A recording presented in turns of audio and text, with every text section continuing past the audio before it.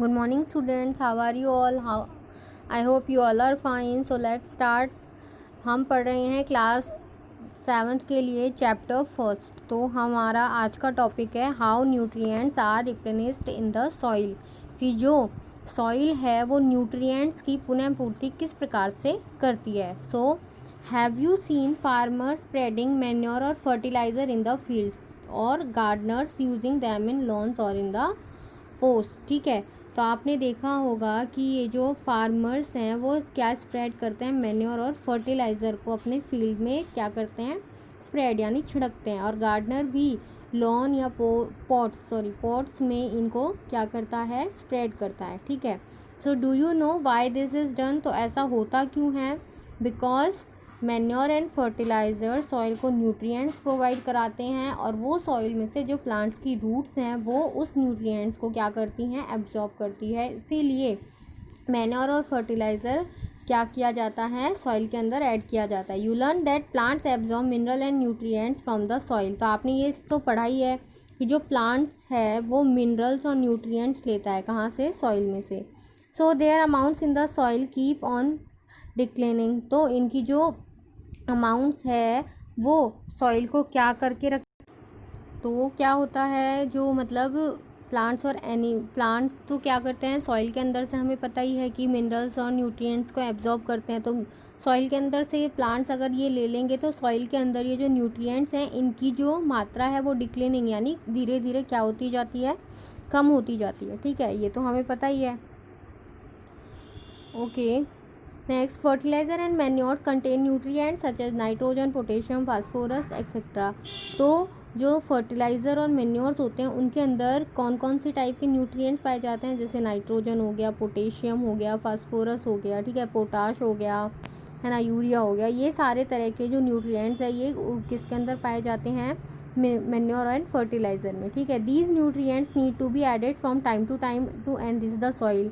तो ये जो न्यूट्रिएंट्स हैं इनको टाइम टू टाइम सॉइल के अंदर ऐड करने की ज़रूरत होती है, क्योंकि प्लांट्स एब्जॉर्ब कर लेते हैं तो सॉइल के अंदर इनकी जो क्वांटिटी है वो डिक्लाइन हो जाती है। ठीक है, we can grow plants and keep them healthy if we can fulfil the nutrients requirement of plants. तो यानी कि क्या होता है, we can grow plants and keep them healthy. हम प्लांट्स को ग्रोथ कर सकते हैं, उगा सकते हैं और उनको हेल्दी रख सकते हैं अगर हम प्लांट्स की जो न्यूट्रिएंट की रिक्वायरमेंट है उसको फुलफ़िल करें, उसकी पूर्ति करें। Usually crop plants absorb a lot of nitrogen and the soil become deficient in nitrogen. यानी कि जो क्रॉप प्लांट्स होती हैं, ठीक है, वो जो क्रॉप प्लांट्स होती हैं उनको बहुत ज़्यादा अ लॉट ऑफ नाइट्रोजन चाहिए होता है, यानी बहुत ज़्यादा नाइट्रोजन चाहिए होता है।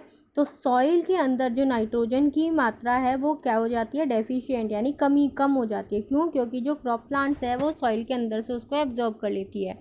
You learn that through nitrogen gas is available in plenty in the air, plant can not use it in the manner they can use carbon dioxide. तो हमें पता ही है कि नाइट्रोजन गैस जो होती है वो प्लेंटी है, यानी बहुत अधिक मात्रा में प्रेजेंट है हमारे एयर में, पर प्लांट्स एयर से इस नाइट्रोजन को क्या नहीं कर सकते, एब्जॉर्ब नहीं कर सकते, जैसे वो कार्बन डाइऑक्साइड को करते हैं। ठीक है, they need nitrogen in the soluble form. उन्हें नाइट्रोजन कैसे फॉर्म में चाहिए, सॉल्यूबल फॉर्म में चाहिए। ठीक है, the bacterium called rhizobium can take atmospheric nitrogen and convert it into a usable form. तो मिट्टी के अंदर बैक्टीरिया पाया जाता है जिसको राइजोबियम कहते हैं, वो प्लांट्स की रूट्स में भी पाया जाता है। ठीक है, जो लेग्यूमिनियस प्लांट्स होते हैं उनकी रूट्स में पाया जाता है। एंड ये जो एटमॉस्फेरिक नाइट्रोजन है उसको किस में चेंज कर देता है, यूजेबल फॉर्म में चेंज कर देता है। But rhizobium can not make it on food. तो राइजोबियम जो होता है पर वो अपना भोजन स्वयं नहीं बना सकता, इसीलिए so it often lives in the roots of gram, peas, मूंग, beans and other leguminous and provide them with nitrogen. तो ये जो राइजोबियम है ये अपना फूड तो स्वयं बना नहीं सकता, तो ये कहाँ पे पाया जाता है, ये रूट्स में पाया जाता है, जड़ों में पाया जाता है, जैसे ग्राम, जो चना हो गया, मटर हो गया, मूंग, बीन्स और भी जो लेग्यूमिनियस प्लांट्स होते हैं, जो दालों के प्लांट्स होते हैं, उनमें ये पाया जाता है। ठीक है, और ये वहीं से नाइट्रोजन क्या करता है, प्लांट्स को प्रोवाइड कराता है। In return the plants provide food and shelter to the bacteria. और रिटर्न में प्लांट्स क्या प्रोवाइड कराते हैं, उसे फूड और शेल्टर प्रोवाइड कराते हैं, ठीक है। दे दस हैव अ सिम्बायोटिक रिलेशनशिप, तो इस प्रकार इन दोनों के बीच में सिम्बायोटिक यानी सहजीवी संबंध पाया जाता है, ठीक है। This association is of great significance for the farmers, तो ये जो एसोसिएशन है, इन दोनों का रिलेशन है, इन दोनों का जुड़ाव है, ये बहुत ही महत्वपूर्ण होता है, बहुत महान एक तरह से महत्वपूर्ण है, किसके लिए, फार्मर्स के लिए। They can reduce the use of nitrogenous fertilizer where leguminous, यानी कि यहाँ पर क्या कह रहा है कि ये जो रिड्यूस, अगर ये दो जो दाल के प्लांट्स होते हैं ये या इनको जब उगाते हैं तो वहाँ पे ये लोग नाइट्रोजीनियस फर्टिलाइज़र का यूज़ क्या करते हैं, कम करते हैं, ठीक है। जब भी इनको लेग्यूमिनियस प्लांट यानी दालों के पौधे लगाने होते हैं तो उस टाइम पे ये इतना नाइट्रोजन का यूज़ ये लोग नहीं करते हैं।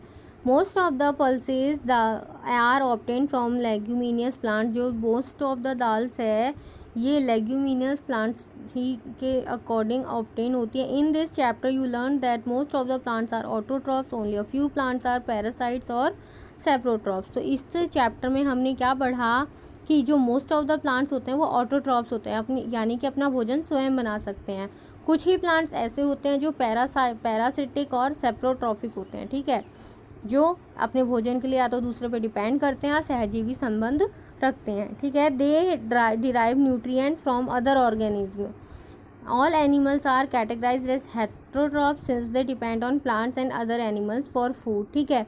तो जो दूसरों से न्यूट्रिएंट्स लेते हैं वो ऑर्गेनिज्म क्या कहलाते हैं, हेटेरोट्रॉप्स कहलाते हैं। क्यों, क्योंकि वो अपने भोजन के लिए प्लांट्स पर डिपेंड रहते हैं, ठीक है। Can we say that the insectivorous plants are partial heterotrophs, तो क्या हम कह सकते हैं जो इंसेक्टिवोरियस प्लांट्स होते हैं वो पार्टियल हेटेरोट्रॉप्स होते हैं। तो वैसे तो वो ग्रीन होता है, अपना भोजन स्वयं बना सकते हैं, पर वो अपने जो भोजन है अपने फूड के लिए ये वो किस पे डिपेंड होते हैं, एक तरह से वो जैसे अपना जो मिनरल है नाइट्रोजन वो किससे लेते हैं, मॉस्किटो से लेते हैं, तो इसको हम यस कह सकते हैं, ओके। तो हमारा चैप्टर कंप्लीट हो गया है। ये जो आपके सामने जो कीवर्ड्स दे रखे हैं, आपके सामने जो कीवर्ड्स दे रखे हैं, आपको इसको कैसे फॉर्म में लिखना है, इसको एक्सप्लेन करना है। जैसे ऑटोट्रॉफिक है तो ऑटोट्रॉफिक की डेफिनेशन बुक में दे रखी है, आपको लिखना है। क्लोरोफिल के बारे में भी आपको डिस्क्राइब करके लिखना है, इनका आंसर आपको 1 या 2 लाइन में देना है। हेटेरोट्रॉप्स की भी आपको डेफिनेशन देनी है। होस्ट के बारे में बताना है क्या होता है, insectivorous, nutrient, nutrition, parasite, photosynthesis, saprotrophic, stomata, इन सब के बारे में आपको बुक के अंदर 1 या 2 लाइन मिल जाएगी, वो आप उसको वहाँ से लेनी है और अपनी नोटबुक में ये आपको लिखनी है। तो ये आपका एक तो ये वाला होमवर्क है। कल हमारे 2 क्वेश्चंस रह गए थे, हम एक बार उन्हें और देख लेते हैं। सो क्वेश्चन नंबर 4 था, give a brief description of the process of synthesize of food in green plants, की जो सिंथेसाइज करते हैं ग्रीन प्लांट्स अपना फूड वो कैसे करते हैं उसके बारे में ब्रीफ डिस्क्रिप्शन देना है। तो ये जो डिस्क्रिप्शन है आपको दिख रहा होगा, ये आपका होमवर्क है यहाँ से यहाँ तक। ये क्वेश्चन नंबर 4 था। अब क्वेश्चन नंबर 5 है, show with the help of sketch with that the plants are ultimate sources of food. तो प्लांट्स अल्टीमेट सोर्सेज हैं फूड, इसको हमें डिस्क्राइब करना है। ये वाला डायग्राम आपको बनाना है, ओके, ये वाला डायग्राम आपको बनाना है, ओके। इसी के साथ हमारा चैप्टर कंप्लीट होता है। नेक्स्ट क्लास में हम चैप्टर 2 को रीड करेंगे, nutrition in animals. I hope आपको फर्स्ट चैप्टर समझ में आया होगा, एंड जो भी आपका होमवर्क है उसे कंप्लीट कर लेना फर्स्ट चैप्टर का। अब कल से हम सेकेंड चैप्टर स्टार्ट करेंगे। So thank you and have a nice day.